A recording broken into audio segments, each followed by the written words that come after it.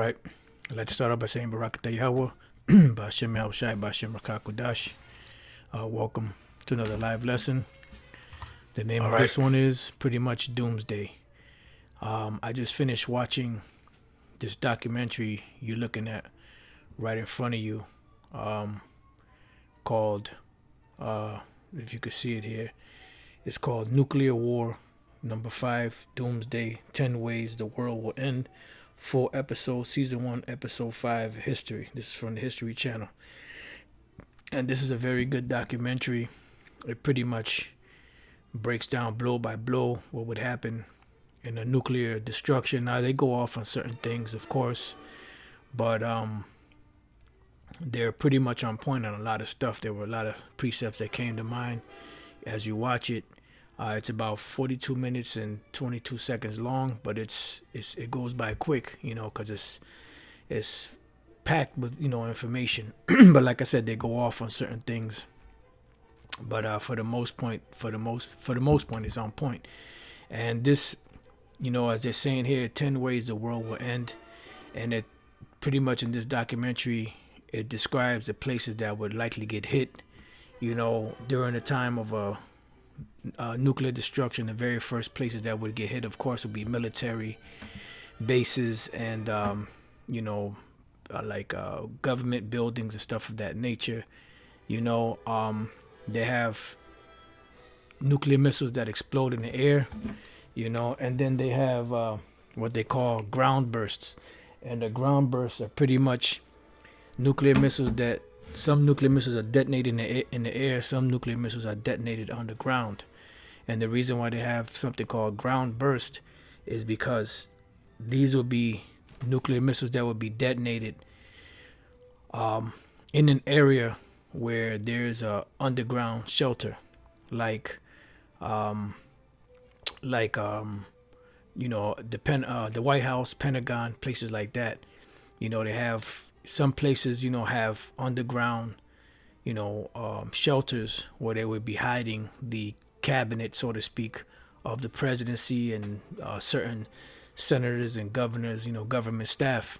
So they have certain bunkers, and they have ground burst missiles that would take that out. And when I heard that, I immediately thought of Amos, the 9th chapter, and the 2nd verse, as though they dig into hell, then shall mine hand take them.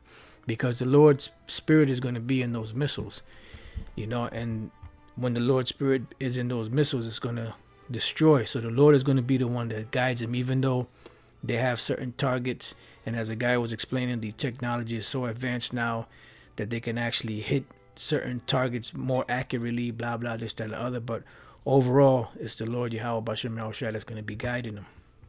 It says, though they climb up to heaven, thence will I bring them down. That's your space shuttles and all that, your so-called space force, because Yahushua and the angels are coming back to take you out. And though they hide themselves in the top of Carmel, I will search and take them out thence. You try to go to these mountain retreats, you're going to get got there. And though they be hid from me in this, they be hid from my sight in the bottom of the sea, thence will I command the serpent, and he shall bite them. So no matter where you are, the Lord is going to get you, Esau. So no matter how many bunkers you set up, shelters, backup plans, contingency plans, it's not going to work, because the Lord is coming to take you down. And this is one of the scriptures that came to mind, Malachi 4:1. And man, when you watch that documentary, it's like, wow, we know by reading the scriptures and watching certain movies, but then when you watch certain things, it gives you an idea of the devastation and the horror that's going to be in those days that are coming, for this devastation and the destruction. So when the Lord takes Esau out, it's going to be in a spectacular, marvelous way. That's why, matter of fact, let me get this real quick before I read that. Let's go real quick to Jeremiah 16 and verse 14. It says, therefore, behold, the days come, saith the Lord Yahweh B'Shem Yahushua, that it shall no more be said, the Lord liveth, that brought up the children of Israel out of the land of Egypt, because that was a great deliverance, spectacular deliverance. The way the Lord brought us out, the way he destroyed Pharaoh and his armies, it echoed throughout all the people of the known world back then, you know, and it was something that lives on to this very day. It says, but the Lord liveth that brought up the children of Israel. So, but that right there, that happened in Egypt is gonna, you're not gonna even hear about it anymore. It's not this new thing that's gonna happen. It's gonna put that thing in the back burner, so to speak. It says, but the Lord liveth that brought up the children of Israel from the land of the north. What land of the north is this talking about? It's talking about America, Babylon the Great.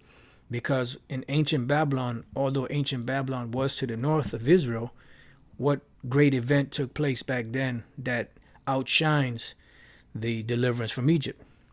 None. Because they're still talking about Egypt. They're still making movies about it. They're still talking about the deliverance from Egypt, you know. So there has nothing happened in Babylon back, you know, when Babylon was in its heyday that outdid the deliverance from Egypt. So it says, but the Lord liveth that brought up the children of Israel from the land of the north and from all the lands whither he had driven them. And I will bring them again into their land that I gave unto their fathers. So this is a future prophecy. All right. So this is Malachi 4:1. For behold, a day cometh that shall burn as an oven, and all the proud, yea, all that do wickedly, shall be stubbled. And the day that cometh shall burn them up, saith the Lord Yahweh Shem Shai of hosts, that it shall leave them neither root nor branch. And when I was watching that documentary right here, this documentary here, which, by the way, I left in the description box, they were saying that the bombs that were used in Hiroshima and Nagasaki, which I believe those were atomic bombs, if I'm not mistaken, they said that those bombs, the devastation that they caused, they said that those bombs are only 3% of the power of these nuclear missiles. So you got to times that devastation that took place in Hiroshima and Nagasaki by another 97%. That's how much more stronger these nuclear missiles are, you know, and that's why the Lord called them the waster to destroy. Them missiles are the waster to destroy. So the Lord gave this devil the capability to build these things through his scientists, which are the modern day Smiths, in order to bring judgment upon them, which is that lake of fire. So, man, that day is going to be terrible. All right, so now let's go. That we read that.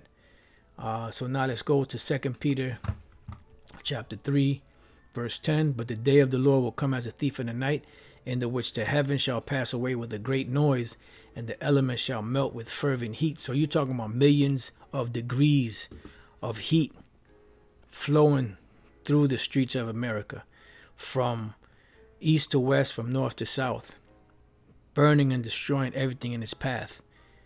You know, that's that day that's going to burn as an oven. And this is why the Apostle John described it as a lake of fire, because when he was looking down from the chariot, he saw America set on fire as if it was a lake of fire. It says the earth also and the works that are therein shall be burnt up. So all of these buildings that you see here in America, from one part of the earth to the other, from one part of America to the other, are going to be all burnt up. The land of Israel is going to be burnt up, and there's going to be certain other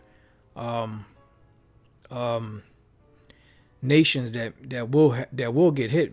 Possibly China, definitely Russia will get hit, because America will retaliate.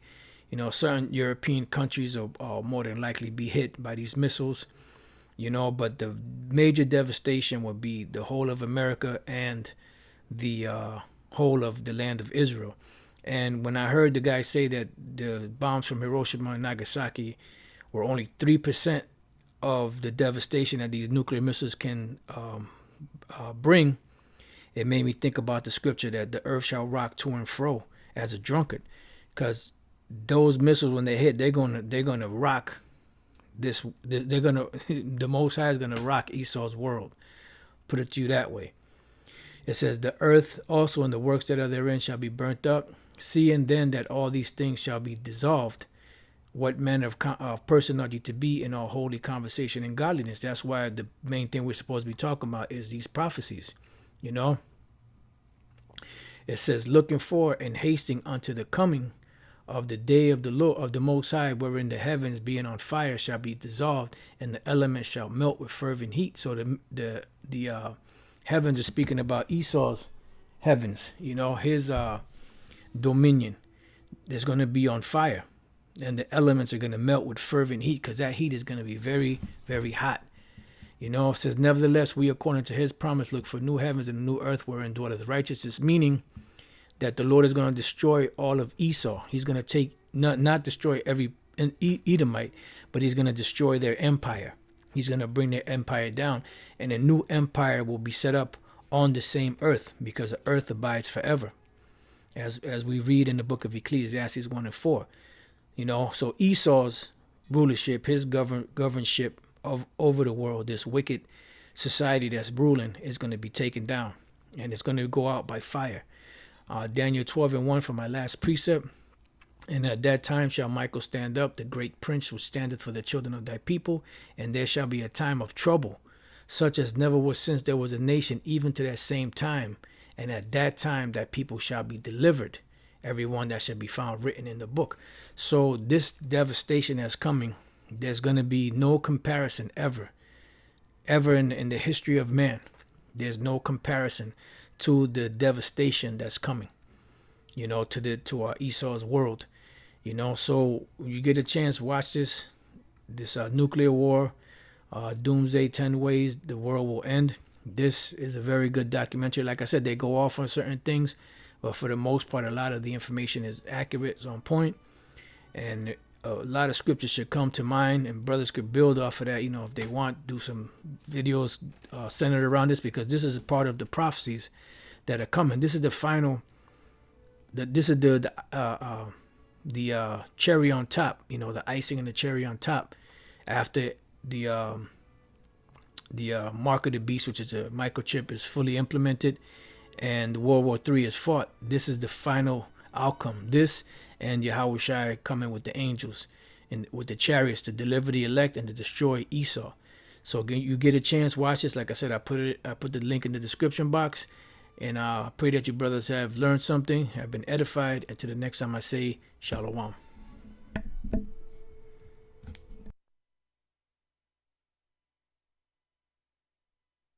Day 10 Ways the World Will End. This is a very good documentary. Like I said, they go off on certain things, but for the most part, a lot of the information is accurate, it's on point, and a lot of scripture should come to mind, and brothers could build off of that, if they want, do some videos centered around this, because this is a part of the prophecies that are coming. This is the